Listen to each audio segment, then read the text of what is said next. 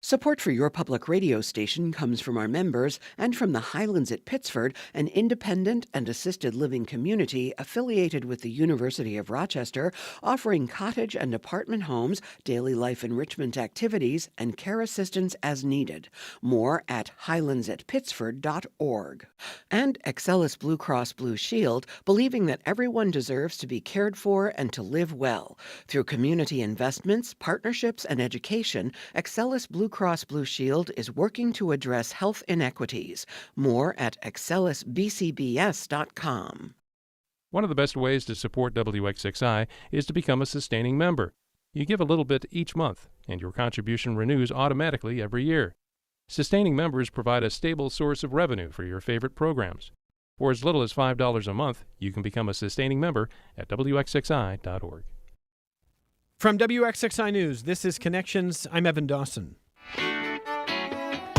Our connection this hour was made in December 2021 with a Korean War veteran named Marvin Daniel. Daniel was a rifleman in the U.S. Army who earned 2 Bronze Stars. He rarely spoke about his time in the war, and as reported in a story by the U.S. Department of Veterans Affairs, he struggled with the mental and emotional fallout of his service. One way he dealt with that trauma was by hitting things with sticks, he said. In 2021, Daniel was part of a music program with Salem VA Healthcare System, and he worked with a music therapist. The program uses music to help patients navigate mental health challenges, including PTSD. When Daniel's therapist began playing her piano and was joined by her intern on guitar, Daniel picked up some drumsticks, and he says it was easy. He didn't miss a beat on his electronic drum kit. He ended the song with a cymbal crash, and he said the music lifted his spirits. Experts say music therapy can help people like Marvin Daniel cope with anxiety, depression, even PTSD. A program in Rochester is offering opportunities for local veterans to access opportunities to music. It's called Music for Veterans Rochester, and it's part of a broader association of the Music for Veterans program. The head of a national program has ties to Rochester. He's in town this week. We're going to talk to him coming up about the local chapter and these efforts. And this hour, we're talking about the power of using this kind of art to help veterans deal with anxiety or depression or PTSD. Let me welcome to the program Laura Heltz is Executive Director of the Veterans Outreach Center, a U.S. Army veteran and author. Welcome back to the program to you. Thank you very much. Next to Laura is Jimmy Highsmith, who you weren't even on my sheet. Jimmy walked in. I said, there's Jimmy. I am the Vice President of the Board of this wonderful organization. It's great to see you back here. Thank you for being Likewise. here. Welcome across the table to Mike Doolin. Mike is president of Music for Veterans Rochester, a U.S. Navy veteran, trumpeter in the New Horizons Band. Welcome. Thank you for being here. Thank you for inviting me. And Judy Rose, executive director of Music for Veterans Rochester, bass clarinetist in the New Horizons Band. Hello, Judy. Thank you for being with us. Good morning. Thank you so much for this opportunity. In just a moment here, Judy's going to be kind enough. We're going to talk to Judy for a bit, and then we're going to bring in Dr. Roy Ernst as well here, and we're going to swap out seats because we got a lot of people to talk to this hour. But let me just start with this, Judy. I mean, you're the executive director of Music for Veterans Rochester. How has this come together? And tell me a little bit about the impact of this program. Well, I have a nephew who was in the Vietnam War. I had a nephew. He passed from Agent Orange. He was a Marine on a helicopter rescue plan. And I've always been very moved by what the veterans have gone through to keep us safe in our country, and always been very patriotic. I mentioned the other day that when I was a little girl and the news would come on at 6 o'clock in the morning, I would be sound asleep, but I would stand up in bed until the national anthem was over, and then I'd lay down and go back to sleep. So my story is that Roy Ernst, a dear friend who started New Horizons in Rochester, has created a wonderful last 27 years of my life because he's allowed me to use music. My bass clarinet is my best friend, and I'm just so pleased to be able to be a part of making this happen in Rochester. It's so necessary, and we're going to be launching on Saturday morning at Vet Space at Market Place, which was given us compliments of Wilmerite Corporation, and everything is falling into place. And I really feel happy. Well, we appreciate you being here and helping pull this together. And Judy and Roy are going to switch seats, and we're going to get Roy's story as well here. So Roy Ernst is going to join us, the founder of Music for Veterans National Association and Professor Emeritus of Music Education at the Eastman School of Music. You know, Laura Heltz, we've talked on this program about the need for a wide range of services for veterans in the community. Not everything works for everybody. Every person's an individual. But this kind of a program, what's the potential you see with this? Well, I think music really affects people in pretty profound ways, and I can say that, I think, as a former military musician myself. I played the saxophone in the Army band, and, you see things like, even with people who have dementia, where music is the one thing that they can still remember and they can still connect with. And a lot of times with children that have developmental disabilities or other issues, some children actually learn to speak through music before they actually can speak in other ways. And so I don't think it's any different for people who have suffered with trauma, and especially, our military veterans. Many of them have had trauma due to their military service. And, it's not always comfortable, especially for people who may have spent a career being told to be tough, suck it up, drive on. They're not always the people that are going to want to go through some type of talk therapy. On the other hand, dealing with the trauma that they have through music, that can be very effective. I mean, it's not all as on the nose as the story of Marvin Daniel, who said he literally was hitting things with sticks and someone gave him a drum kit and thought, this is perfect. Right. But it can really, really make a difference. And in general right now, Laura, how do you see the support for veterans in this country, in this community? What's the state of things right now? I've always felt very proud to live in Rochester and to know that Rochester is a community that I feel like wholeheartedly embraces our military veterans. The Veterans Outreach Center is a great example of that. We were founded 52 years ago by returning Vietnam veterans. And although initially started as a project that the federal government funded, when the funding ran out after a few years, those same Vietnam veterans refused to let the idea of the Outreach Center go, and they kept it going. And many times over the next couple of decades, with or without funding. They would go from being paid staff to volunteers and back again. So they were so committed, and that's our legacy at the Veterans Outreach Center. But we have so many other wonderful organizations in Rochester that also work collaboratively to support our veterans. I think it varies across the country, and right now, certainly there are folks who are concerned with whether or not there will be as much support for veterans through the VA as there have been in years past. Of course, we have not, we haven't seen that come to fruition yet in a bad way. So. I think that we're just we're going to continue to do what we love doing here in Rochester, which is serving our vets. Does that mean we're watching federal budgets, things like that? Yeah, I think so. I mean, we with the VA being there are rumors that they're going to be losing a number of personnel, and that would be obviously very concerning to anybody who is a veteran or who has a veteran in their family that relies on the VA for health care and benefits. Like I said, so far, I don't think those cuts have come to pass, and so we're just going to, I think, really hold on to the hope that won't happen. Well, let me turn to Dr. Ernst. Roy Ernst is with us, founder of Music for Veterans National Association and a professor emeritus of music education at the Eastman School of Music. The first band organized by Roy was in San Antonio? That's right. And associated with the University of Texas. Second band was in Columbus, Georgia?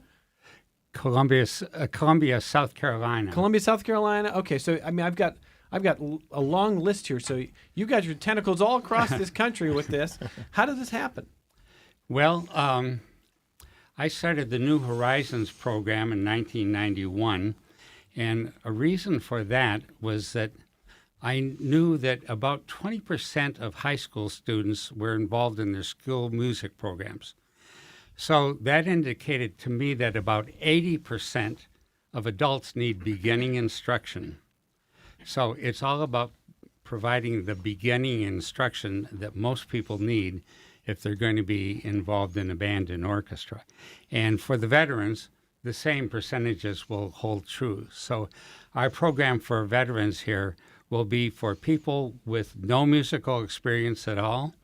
And we will show them how to read music, which is not as hard as most people think it is, and show them how to play an instrument. And they will be in a band, or they might be playing in a guitar group. And so, and I just want to comment on the fact that music connects people to life. It connects in 4 ways. It connects people to the past, the present, the future, and other people. So, connecting to the past, it could be remembering a song that means something special to you. It could be the wedding march or graduation, pomp and circumstance. To the present, we're working on things right now. We're playing in a group. We're making good music with that group. It connects to the future because now I've got things to think about in the future. We've got a concert coming up. We're playing gigs. We're trying to learn how to play harder music.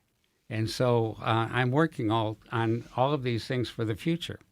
But then most of all, it connects us to other people. And loneliness is such an important factor for many, many people, not just veterans, but for veterans who are feeling lonely, if they've had really traumatic experiences in the military, that can be fatal. And so the people who participate in this veterans program are going to have new friends. They're going to have friends who are much like their military friendships when they were in active service. And they're going to feel that they belong to something. So think of how healthy all of these factors are and how they're going to help our veterans. Yeah, Roy, I got to tell you, when you said the 4 ways music connects us, it makes a difference, is past, present, future, and to other people. I thought the future was kind of hokey baloney, and then I heard you describe it, and I thought, I've had conversations with family members who are veterans who will tell you how important it is to have something to look forward to. Yes. To have something on the calendar that is still to come, that inspires you, that gets you up, that gets you moving, that gets you thinking. And our program is open to family members, immediate family members of veterans, because we know how much they sacrificed also. And just yesterday I was talking to someone whose dad came home a double amputee. You can imagine that there was some suffering. Mm-hmm. We're talking about people whose mom or dad were maybe in combat someplace in the world, and every day those family members are hoping that they're still alive. And so we want to support the family members also. Well, if you want to get involved here, coming up here, first of all, it's musicforvets.com. 70 veterans or so in Rochester have already registered from what I'm reading here, Roy. That sounds right to you? And Music for Vets is going to officially launch May 24th at 10 a.m. What is that, Sunday? Saturday? It's Saturday. I don't know the days of the week anymore here, guys. Saturday, 10 a.m. And the folks at Wilmerite have created a space, the Marketplace Vet Space at the old Marketplace Mall, I think. Is that right? Yes, and it's a very nice space. And, of course, Marketplace Mall is a very central location. So we're very grateful to Wilmerite for their contribution. All right, so musicforvets.com, 10 a.m. Saturday at that Marketplace Vet Space, available for veterans and immediate family members. And just, Roy, to clarify here, Charles, who is a veteran, sent us a note saying, are there any opportunities for lessons for those who know how to play an instrument but are in a stuck-in-a-rut type place with their abilities? Absolutely. We're going to have classes for people who already play, and that band might be somewhat advanced. And so we're going to have 2 levels. We're going to have beginners for people who are absolute beginners at music, and we're going to have classes. We're going to have a band for people who already play. And so that band will start out at a pretty good level. All right, musicforvets.com. Mike Doolin, president of Music for Veterans, Rochester, a U.S. Navy veteran, trumpeter in the New Horizons band. How important is this effort? I mean, what do you make of all of this coming together here in Rochester, Mike? Well, I'm pretty enthusiastic about this. I'm in 3 of the groups that Roy started many years ago, the New Horizons groups. I'm in 3 of those, and apparently that's not enough. So, so I'm going to go. And I'm a vet, so I've seen the ability of music to join people together, complete strangers, who suddenly have something really important and fun in common, and that's music. But over and above that, veterans have that intrinsic marrying ability right away. I saw that firsthand a couple of years ago in the honor flight situation where they round up, 60 or 80 complete strangers. And it was like we were all back in boot camp together, and it didn't take more than a couple of minutes. And I see the same thing happening in music. It happens in the New Horizons groups. Again, we're surrounded by complete strangers, but what we have in common is the music. And that's important, and it joins us as human beings. And it really works. And you're exposed to a lot of people that you would never otherwise be exposed to, with a lot of different viewpoints. There's a lot of socialization involved. And I expect the same thing to happen with the veterans group, only probably a more intense experience, because we not only will have the music in common, we have that military experience in common, which is, I understand, still pretty rare. I think maybe somewhere between 5 and 10% of the population of the country has had any sort of military experience, and that means we're sort of a select group going right in. And then to be interested in music on top of that, I think is going to make a real difference for the vets. I should also mention a little bit of geography here. If you come to our Saturday meeting, and if you're a vet or a family member of a vet, and I encourage you to come, even if you haven't registered, come in the east door to Marketplace Mall, walk straight ahead past the U of R facility, and we're about 2 or 3 doors down on the left. And you'll see flags and all kinds of invitation type postings. You won't have a problem finding us. We're going to have coffee and munchies and water. And we encourage you, if you're a vet and you've got any interest at all in music, please show up at 10 a.m. at Marketplace on Saturday, and we will welcome you. And if you don't have any experience in music, if you don't know a whole note from a whole rest, that's fine. We'll teach you. And a lot of us more experienced musicians are prepared to be mentors to the people who join who don't have any musical experience. I, for one, are looking forward to that. I should also mention we're recruiting people to donate used instruments that they might have left over from their high school or college days.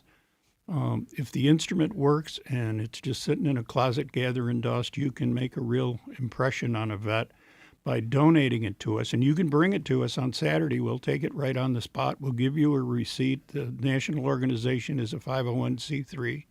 You can claim it as a charitable donation. So I think I'm out of time here. Go ahead. That's a good primer there, Mike. And Laura, Mike says 5 to 10% of the population has had military experience. Is that about right? Yeah, I think it's right about 10%. And, one of the things that we know is that the veteran population is a little bit higher than what's actively serving in uniform right now. Our active service members only represent less than 1% of the population. So I think we're going to continue to see that figure drop over, the next couple of decades. Jimmy Highsmith, how did you get involved here? Well, I'm honored to be the vice president of this organization. Judy contacted me back in January. I'm a 10-year Air Force veteran, actually. Left college to go to the Air Force Band, did not like the band, and went to Operational Air Force. But while I was in the Air Force, I did some USO tours and played the music. So I'm a cat who played the music and always had a job. I never starved, so I'm blessed for that. But I saw firsthand the effect music had on people, other vets, going to bases, and morale it gave these veterans to hear some good music was amazing. And then as a touring recording artist for the last 25 years, I've been to Fort Collins playing music. And just the effect music has on people, it's the coincidental language that connects people like food does. They come together no matter what your background is, your complexion is, your religion is, you come together through music. So when Judy asked me about this program, I'm a sucker for anything that helps people. I couldn't say no. So I'm in it like Mike and like Lauren and like Roy to serve the community. I'm a vet who had a great military career. Had I not got a record deal, I would have retired military. I had an awesome military career. I'm one of the lucky ones who did not suffer PTSD. I had a great time in the Air Force, and a lot of folks can't say that. They had a tough time in the military. So to be able to help some other veterans through the tough times, I want to do that. So yeah, being part of this is an amazing experience, and I make time for it. I'm a busy guy, but this is important to me, so I'm here. I mean, I imagine a lot of listeners know who Jimmy is, but one of the supremely talented musicians in Rochester. Rochester is proud to have Jimmy. You're too kind. To claim, listen, it's true. When you see Jimmy live, you'll know. And to your point, Jimmy, that your experience was very positive. Yes, it was. There's a whole range of experiences. No one at this table needs me to say that, but I think about my dad. My dad's 80, and he didn't listen to this program, so I can talk about my dad. He's still in Cleveland. He's really struggled in recent years, and has become much more. Turned much more inward, and but what gets him moving throughout the week in his retirement is he volunteers and he rocks babies at the NICU in awesome. Cleveland, at the Cleveland Clinic, and he loves that. He loves that experience because he feels needed. Like my mom spent years going, I just want to wake up and have no one need me, and my dad said, I don't know what to do with myself. I wake up and I feel like no one needs me. It's terrible. And I would say I was talking about, I think with Mike yesterday, or Wednesday, I forget, my days are blurred sometimes, but that's what I miss about being military. I miss that camaraderie. Mm-hmm. Unless you served, you never understand that. Yeah. You never get that. When you're in the military, it doesn't matter what your complexion is, what your gender is. That's a vet. That's your teammate. They're going to get the mission done no matter what. You can count on them no matter what. And when you get back to the civilian world, that sense of belonging, that sense of camaraderie of team, it's just not there sometimes. It just isn't. People don't have the same military bearing we have, the same integrity we have, the same work ethic we have as veterans. So a lot of these vets are looking to be part of something. They're lost because they missed that camaraderie. And this is why it's important to me to help these other vets out. To say, hey, I'm here, brother. I'm here, sister. Well, I want a Cleveland chapter here so my father can... Is there a Cleveland chapter? No, but we are planning to have chapters all over the country. And our process right now is creating some model programs. The first two programs are off to a great start. The program in San Antonio has more than 80 people in the band now, and they play all over. The one in Columbia performs all over for special events, and they're loving it. When they play in the community, they feel the love of the community, and that's so good for them. But we will be doing some research, and the ultimate goal is to show the Veterans Administration how effective this can be, and to then get a suicide prevention grant, which they now offer, and use that to go to many other cities around the country, including Cleveland. Well, that's good to know, and maybe there will be a future Cleveland chapter. On behalf of my father, who could only sing, I don't know if an instrument's possible. When he was in high school, he was in a band called the J4 in Jamestown, New York, and they wanted to sing their way to Europe. You got room for any singing voices here? Is that an instrument? We surely will be having a choral group. We are starting with a band, beginning band, advanced band, and guitar lessons. And we know that a lot of people like to sing. We'll be adding that, and we'll be adding keyboard instruction also. But we're focusing on two areas to start. Yeah, totally understandable. And, Laura, I am really proud of my dad's service. He doesn't talk much about it. He's in that category. I got a neighbor exactly like this in this category who spent decades not talking much about it. And that's certainly a personal choice. But I'm really proud of him. I'm proud of the decisions that he made at a time when not everyone associated with him, even his own family, were making that same decision. How common is that? Do you find that? And I don't know if I'm asking if there's an approach that would open people up more. Do you think it's healthy to be open about experience, or do you find that's really personal? Well, I think, part of it for a lot of vets is that they don't want to burden their family members and their loved ones with things that they feel that person may either not be able to fully understand or that may cause them to worry about the vet further. And I think, when it comes to, is it helpful to open up, or is it better to keep it inside? I mean, I don't think it's better to keep it inside, but I think a lot of vets feel that if they are going to open up about their experiences, it needs to be with somebody who can understand it. And I think we see that, across a lot of different traumatic related issues. You've got a great organization called Camp Good Days and Special Times. I'm sure anybody watching this is familiar with them. And the kids that go to Camp Good Days, they're all bonded over their shared illness of cancer. You have a lot of different groups where they bond over whatever their particular experiences. And it doesn't always have to be traumatic. But in the military, how many other people can say that they've had an experience that's anything even close to the military? And like Jimmy said, that level of camaraderie, that feeling of family that you have, it's just not, maybe the next closest thing would be like the law enforcement family or, the firefighting family, but the military is really unique. And so for somebody to have had experiences in the military and then to try to explain that to another person who hasn't served, they're usually pretty reluctant to do that because it's not something they feel that is going to be either well received or understood. Is there therapy, talk therapy, that's targeted with people who may, to your point, have an understanding of experiences, who might be sort of better listeners or have more understanding? There definitely is, and we see that with the VA and with the vet centers. The vet center, for anybody that's not familiar, is actually an offshoot of the VA, and it was created after Vietnam because the Vietnam vets, many of them were not welcomed at the VA. They weren't welcomed at American Legions and VFWs, which was just a tragic part of our history. But these vet centers were created because the government knew these vets need somewhere to go, and they've got to get some help. And so they kind of opened them up in like shopping centers across the country.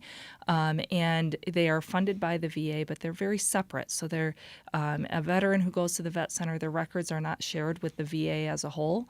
And so those are really earmarked for combat vets, vets who suffer with military sexual trauma, Gold Star families. But for other veterans who maybe don't have the combat experience and can't use a vet center, there are a lot of other organizations out there that really work specifically to help vets. Veterans Outreach Center, we're one. And not to get too far off track, but we're piloting an app right now that's going to connect vets online, basically. And so I think that there's a lot of value to that peer support, I wouldn't necessarily call it therapy, but peer support, connection that vets have with other vets. Come back and talk to us about that sometime. I will. I'd love to. Let me grab a phone call. We're talking about this remarkable program, Music for Veterans. Roy Ernst is the founder of Music for Veterans. Mike Doolin, the president. Jimmy Highsmith, the vice president. Judy Rose has been with us, executive director. Laura Heltz is executive director of Veterans Outreach Center. And let me get Linda in Naples on the phone. Hi, Linda. Go ahead. Hi, Evan. Thanks so much for taking my call. Sure. I wanted to share a story about the miracle of music. My partner, who's 72, had a traumatic brain infection a year and a half ago. She had been a master's in piano performance. She got totally paralyzed on her right side and has incredible memory problems. But even in the nursing home, before she came home, we sat her down at the piano, and muscle memory had her playing every scale, major and minor, and all the related chords. She couldn't remember where she was or what day it was, but she could play the piano.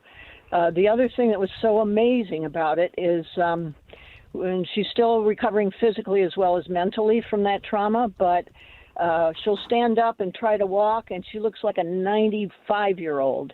And if I put on music or even sing or whistle and ask her to dance to the other room, she looks like a totally different person. And so I just really wanted to share that our personal experience with how magical music can be in recovering from all kinds of things. Linda, good luck to you. Thank you for sharing that story. There's something really remarkable about the effects that can have. And, Roy, that's not the first story like that you've heard, is Oh, it? absolutely not. No, there's so many instances of how music has helped people come back, and how some people who don't respond to hardly anything else will respond to music. And so I really appreciate that story from Linda. Yeah, there's music goes deep into our consciousness and then our unconsciousness. Producer Megamac, what's the name of the Reply All episode, my favorite podcast of all time, about the missing hit, I think is what it was called. It's the greatest podcast, single episode I've ever heard, and it's about someone who has a song in their head from years ago, and they know it's real, but they can't find it. The Case of the Missing Hit. They can't find it. They can't find it on YouTube. They can't find it anywhere. And they literally get musicians together to recreate it as this person is directing to. And I don't want to ruin it for you. I just want you to know that your memory, it's amazing what music does in your minds. I mean, how deep it goes. And, Mike Doolin, do you have songs from your childhood that still pop and you can probably still go right along to? Oh, yeah. I think that's probably true of everybody. It's a powerful thing. And how do you expect this particular program to be affecting veterans who are going to be actually performing that music, Mike? Well, I think it depends on the music we pick, but music in general is going to bring a lot of smiles to people's faces. I still remember part of the New Horizons program that Roy started years ago is to visit grammar schools and to play with the little kids in 4th and 5th grade, and who are obviously not very talented at that point, but they get such joy out of, when they hit the right note, they just light up. And I see that in adults too. On a personal level, my wife just started playing clarinet about a year and a half ago, and she's 71. And she didn't even know which end of the clarinet vibrated when, and no offense to her. And now it's a year and a half later. She's in a band at New Horizons, and I watch her practice. And when she gets it, which is more and more often, she just lights up. And I see that, more and more with musicians, even the talented musicians that I'm with in the 4 bands that I'm already in. When we come across a passage that looks like it's just going to be really grumpy, and we nail it, it might take 3 or 4 times, it might take 10 times, but when we nail it, we and the other musicians in the room here are shaking their heads up and down. Yeah, they know exactly what I'm talking about. Jimmy Highsmith, what is one song from your childhood that you haven't heard in years, but you know that if it comes on, you're gonna get right back in the groove? You're gonna laugh. Figure 8, Schoolhouse Rock. With the little figure skater. Yeah. I can't sing. Figure 8, I can't sing, so I'm not. What amazes me about music is there are just 12 notes. Just 12 notes. And those 12 notes unite the entire world. That's what I find amazing about music. 12 notes, that's it. And that reminds me of seeing a poster for a New Horizons band out in Montana. And the poster said, "Only 12 notes? How hard can it be?" That kind of oversimplifies things a little, Jimmy Highsmith. I'm just saying, and I've been blessed to play in so many venues around this world, and I've been to Russia. I learned Das Vidanya. That was it. But Middle C, still Middle C, and we jammed. You know what I mean? It is the coincidental language, and it will unite people, just like food unites people. So this is going to be a lot of fun. And again, opportunity to connect some vets who are dealing with anxieties, depression, whatever, a safe place where they can come judgment-free and have a good time. And it reminds you when you go on a military base and you go to the BX or the Class 6 or whatever, just that feeling of being around other vets is a wonderful feeling for me, and I think a lot of other vets as well. And that's what we want to try to create here with this band. It's a safe, fun place for vets. I want to read a little bit from the U.S. Department of Veterans Affairs on the research into music therapy, and quoting a music therapist who said, "Music therapy works with coping skills for anxiety and depression through mood modulation, stress reduction, relaxation, meaningful social interaction, and decreasing isolation. That's according to a music therapist with the U.S. Department of Veterans Affairs. And during their sessions, patients often learn about the psychology of music to help them understand their unique and individual responses to music stimuli. Therapist went on to say some people experience triggers in response to music. Perhaps a genre of music was used a lot during their military or combat experiences, so we work on teaching them how they personally respond to music, what components of the music they respond to, and how they can create their own music compilations for decreasing anxiety and increasing the relaxation response, end quote. So music therapy, very, very powerful, probably for all of us, but maybe especially so for veterans who are dealing with stress, anxiety, sometimes PTSD. I'm late for our only break. We're going to come back and we're going to close the last 20 minutes here, making sure you're all up to date on how you can get involved and the mission of this program. Musicforvets.com is the website, and we're glad to be joined this hour by Dr. Roy Ernst. Roy is the founder of Music for Veterans National Association, a professor emeritus of music education at the Eastman School of Music, and the president and vice president of Music for Veterans Rochester are here, Mike Doolin, Jimmy Highsmith. Laura Heltz is here, executive director of the Veterans Outreach Center. We're coming right back on Connections. Support for your public radio station comes from our members and from Bob Johnson Auto Group, proud supporter of Connections with Evan Dawson. Believing an informed public makes for a stronger community. BobJohnsonAutoGroup.com. This is Evan Dawson with WXXI News. Join me for a Voice of the Voter debate with the three candidates vying for Rochester Mayor in the June Democratic primary. Malik Evans, Mary Lupian, and Shashi Sinha will debate live on Wednesday, May 28th on WXXI TV, FM 105.9, and on WXXInews.org and the WXXI News YouTube channel. Join us Wednesday, May 28th at 8 p.m.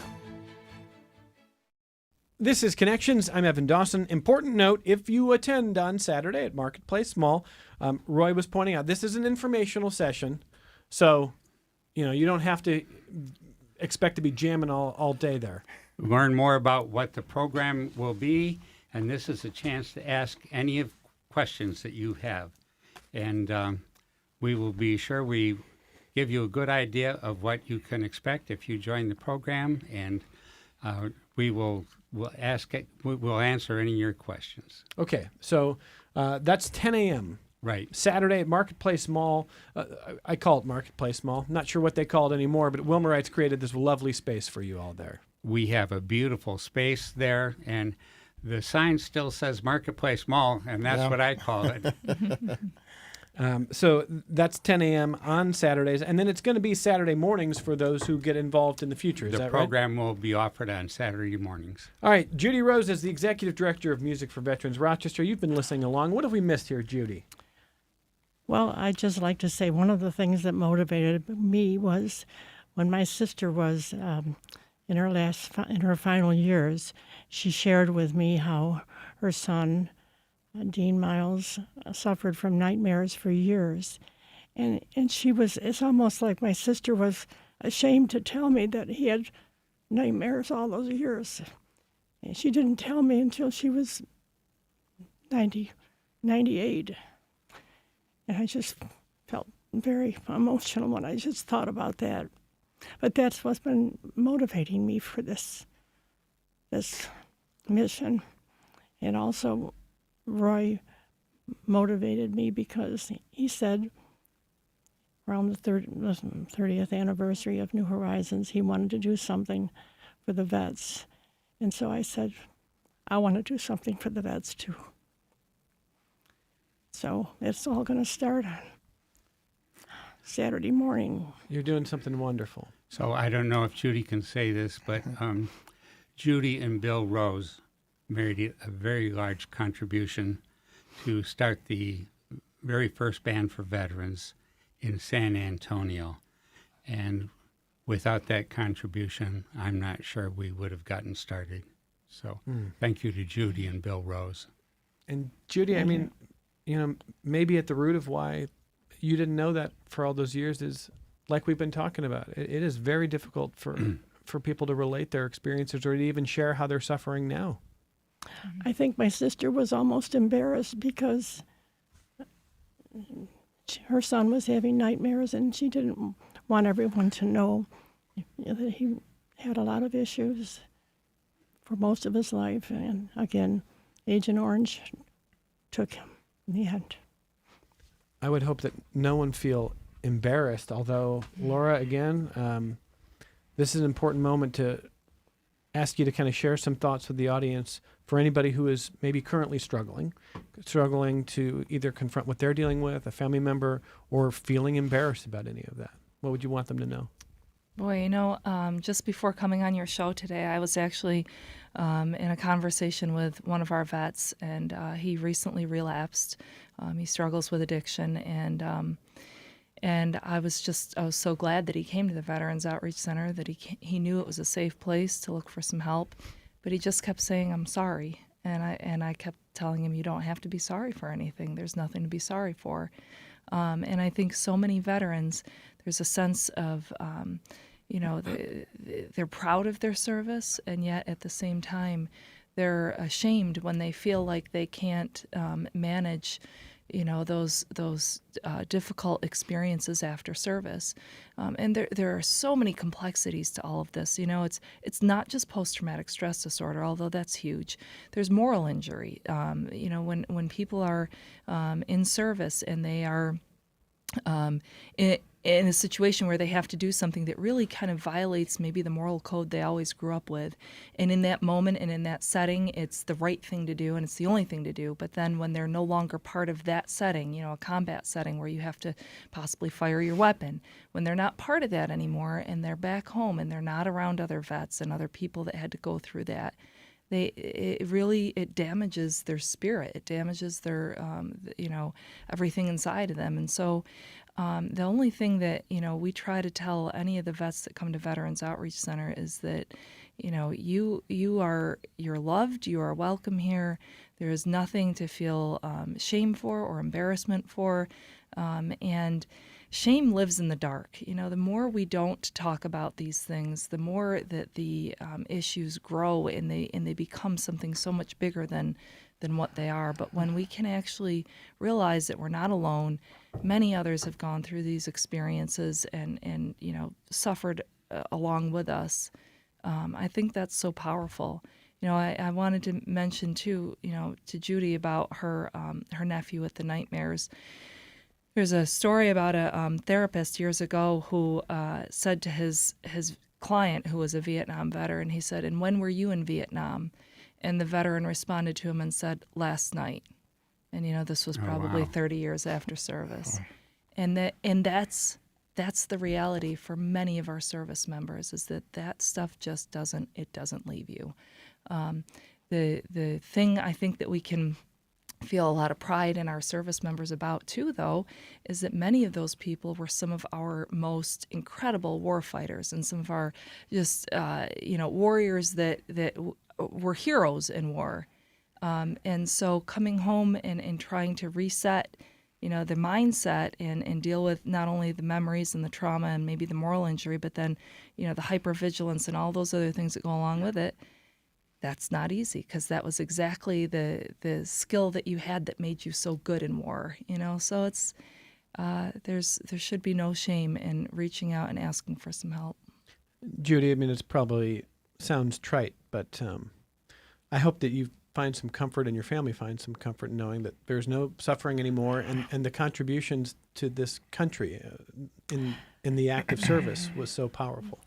Actually, this has been such therapy for me to be able to do this for the vets in memory of mainly my sister. I have many family members who were vets, but it was Dean who gave all and lost. He was a trumpet player in high school. He came back, and you know how the Vietnam vets were treated. And even his family didn't understand what he was going through. But the fact that we're here today and we're about to help millions of vets eventually with Roy's idea is so heartwarming. And before I leave, I want to just say, if anyone goes to a parade or a concert anywhere within the sound of this broadcast, please bring instruments and let us know that you have them, and we'll make sure they get to the storage area at what I call Vet Space at Marketplace. There will be flags there, compliments of the Veteran Outreach Center. And it used to be the Gap, if you remember Marketplace of yore. The Gap store is where we'll be located. And we have plenty of storage for instruments. And I don't think Saturday mornings or Saturdays will be enough. I think we're going to have a great turnout for this program. And it's just given me so much peace and joy. Well, you deserve to feel that peace and joy. What instruments do you need most, by the way? Jimmy, Roy, what do you need? Well, we're really not sure of that, and that's one of the things we're going to find out at the meeting. Of course, there are always lots of people who want to play saxophone or flute or it's trumpet. It's the best instrument, They see Jimmy, they know. You can't go wrong with saxophone. We're going to need tubas and trombones and baritones and French horns. And we're talking a lot about people who are suffering, but I want to say something for the vets who are not suffering, who are leading a very good life. We want you in this program also, because your presence will help everybody in the program. And so this is for vets with all kinds of experiences. Yeah, and Laura, sometimes I think we kind of compartmentalize it into two categories: the veterans who had the experience of someone like Jimmy, who loved his service, loves his life now, misses his service maybe, but doesn't have PTSD, and those who are really struggling either with different mental health issues. We all know the rate of suicide is way too high and is a sort of a national tragedy. But have you seen through the work at Outreach Center and through the various agencies the stories of people who have been struggling but really are doing much better, are getting the help that they need? Oh, definitely. I mean, we see that all the time. And I think that's probably one of the reasons why I love my work so much is the reward that you see when somebody, whether it's a small achievement, a big achievement, it's incredible. There are leaders right here in our community that have served in the military who have struggled and who have come back with a little bit of support, a little bit of help, and they've come back so much stronger. And I think, one of the things that's really special about people who have served in the military is that they've demonstrated their willingness to be part of a team, part of something so much bigger than themselves, and having that sense of purpose and sacrifice and all of those things. And so it's there, and it just sometimes it gets a little bit covered up when they're trying to work through challenges when they get home, if that's the case for them. But it's still there, and they can still, reclaim that part of their life that, maybe was really powerful and a good part of their life. I just hope anybody feeling isolation finds what they need, whether it's going to the VOC, whether that is joining Saturday mornings and getting involved with music. And before we wrap here, I'll start with you, Jimmy. For people who are like, maybe, but I'm not a great musician, or I don't really know an instrument, or I feel too old to learn a new instrument, what would you tell them? I would say, come on, real quick story. My dad, who was a Vietnam vet, and he died in 2018 from the side effects of Agent Orange as well. He started playing organ after I started playing saxophone. He was in his 40s and just started playing with Fred Costello. And playing music helped him therapeutically with his Vietnam trauma. So I would tell anybody, whether you can play like Mozart or play like Charlie Brown, come on down and hang out with us. Any veteran, any veteran. Doesn't matter if you were a combat vet or you pushed the pencil like I did in a command post. You're welcome. You're definitely welcome. Please come through and be part of this wonderful, wonderful, wonderful experience. Judy, never too old to learn a new instrument? Well, let me tell you, I took 47 years between graduating from John Marshall High School in 1953, and I heard about Roy's program, and 47 years without playing a clarinet. I did not have my own, And I now have been a member of New Horizons for 27. And it was when I picked up that instrument, it was just like I never forgot where my fingers should be on that clarinet. So never too old. Never too late. Never too late there. Roy, final notes from you. Well, when I was in Colorado Springs visiting a New Horizons band there, I met a woman 90 years old who was taking up the clarinet at the age of 90. Taking it up. Yes, and that's the model. Truly, you are never too old to learn. No. And so you will be able to do music at some level that will bring you a whole lot of satisfaction. Mm-hmm. And I just want to comment on my fantasy life a little bit here.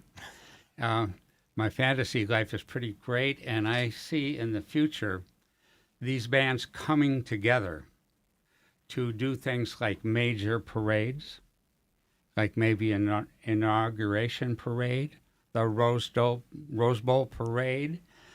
Who's going to say no to this big band of vets? And it's going to be performing in major situations. So there's going to be a pretty exciting future ahead. Well, if you want to get involved or you know someone who's a vet, direct family member of a veteran who could benefit from this, the website is musicforvets.com. And their big informational meeting is this Saturday, 10 a.m. at Marketplace Mall in the Old Gap, as Judy said. They would love to see you there. And go ahead, Judy, got to be quick. And the local website is rockvets.org. rockvets.org. And donations can be sent by mail, too. Well, I want to thank you all for telling this story. The executive director and really kind of the backbone behind this, Judy Rose. Thank you for being here, Judy. Thank you for the opportunity, Evan. Thank you, Roy Ernst, founder of Music for Veterans National Association. Great having you here. Thank you for being here. Jimmy Highsmith, Vice President. Great to see you. Thanks for telling your story here. Thank you, sir. And Laura Heltz of the Veterans Outreach Center. Thanks for the work that you do. Thank you. Thank you for your service. Thank you all. And we will be back with you all tomorrow on member-supported public media.